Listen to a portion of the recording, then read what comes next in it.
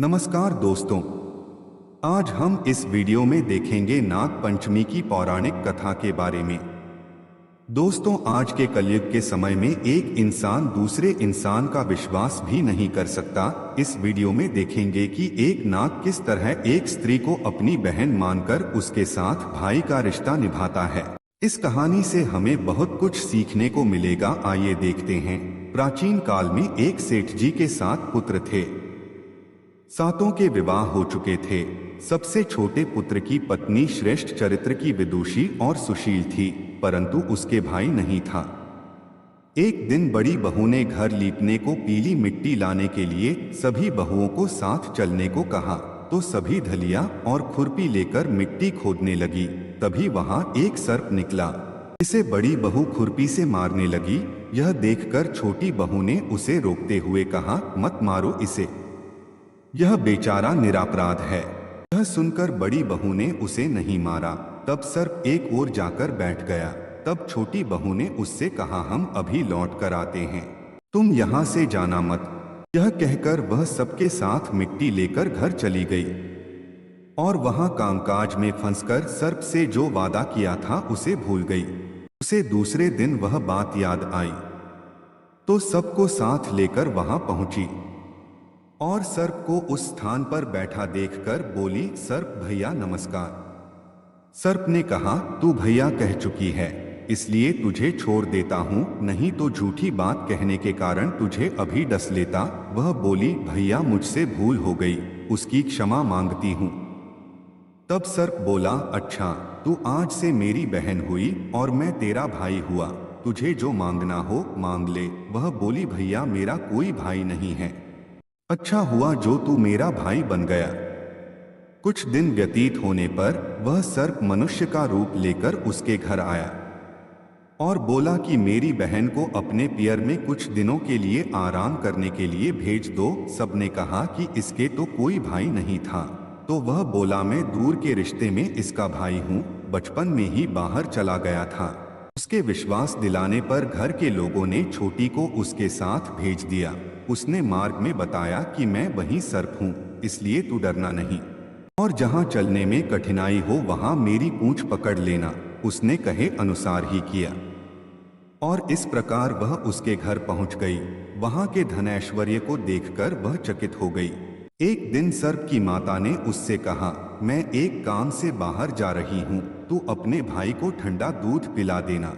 उसे यह बात ध्यान न रही और उससे गर्म दूध पिला दिया, जिसमें उसका मुख बेतरह जल गया। यह देखकर सर्प की माता बहुत क्रोधित हुई, परंतु सर्प के समझाने पर शांत हो गई। तब सर्प ने कहा कि बहन को अब उसके घर भेज देना चाहिए। तब सर्प और उसके पिता ने उसे बहुत सा सोना, चांदी, जवाहरात, वस्त्रभूषण आदि देकर उसके घर पहुंचा दिया। इतना ढेर सारा धन देखकर बड़ी बहू ने ईर्ष्या से कहा, भाई तो बड़ा धनवान है, तुझे तो उससे और भी धन लाना चाहिए। सर्प ने यह वचन सुना तो सब वस्तुएं सोने की लाकर दे दी। यह देखकर बड़ी बहू ने कहा, इन्हें झाड़ने की झाड़ू भी सोने की होनी चाहिए। तब सर्प ने झाड़ू भी सोने की लाकर रख दी। सर्प ने छोटी बहू को हीरा मणियों का एक अद्भुत हार दिया था। उसकी प्रशंसा उस देश की रानी ने भी सुनी और वह राजा से बोली कि सेठ की छोटी बहू का हार यहाँ आना चाहिए। राजा ने मंत्री को हुक्म दिया कि उससे वह हार लेकर शीघ्र उपस्थित हो। मंत्री ने सेठ जी से जाकर कहा कि महारानी जी छोटी बहू का हार पहनेंगी, वह उससे लेकर मुझे दे दो। सेठ जी ने डर के कारण छोटी बहू से हार मंगा कर दे दिया। छोटी बहू को यह बात बहुत बुरी लगी। उसने अपने सर्प भाई को याद किया और आने पर प्रार्थना की, भैया रानी ने हार छीन लिया है, तुम कुछ ऐसा करो कि जब वह हार उसके गले में रहे तब तक के लिए सर्प बन जाए और जब वह मुझे लौटा दे तब हीरों और मणियों का हो जाए। सर्प ने ठीक वैसा ही किया। जैसे ही रानी ने हार पहना वैसे ही वह सर्प बन गया। यह देखकर रानी चीख पड़ी और रोने लगी। यह देखकर राजा ने सेठ के पास खबर भेजी कि छोटी बहू को तुरंत भेजो। सेठ जी डर गए कि राजा न जाने क्या करेगा।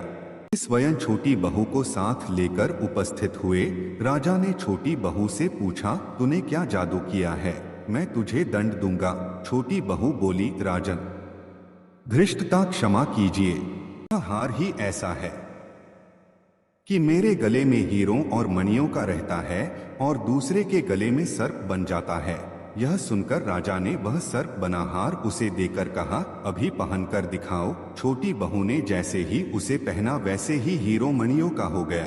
यह देखकर राजा को उसकी बात का विश्वास हो गया और उसने प्रसन्न होकर उसे बहुत सी मुद्राएं भी पुरस्कार में दी। छोटी वह अपने हार और इन सहित घर लौट आई।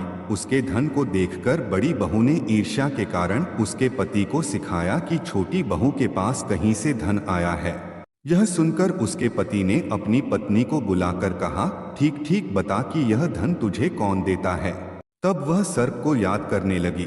तब उसी समय सर्प ने प्रकट होकर कहा, यदि मेरी धर्म बहन के आचरण पर कोई संदेह प्रकट करेगा तो मैं उसे डस कर मार दूंगा। यह सुनकर छोटी बहू का पति बहुत प्रसन्न हुआ और उसने सर्प देवता का बड़ा सत्कार किया।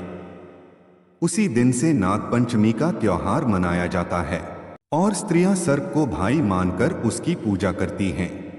तो दोस्तों, यह थी नागपंचमी की सुंदर कहानी। अगर आपको भी इस कहानी अच्छी लगी हो तो कमेंट बॉक्स में जय नाग देवता लिखकर अपना आभार व्यक्त करें। धन्यवाद।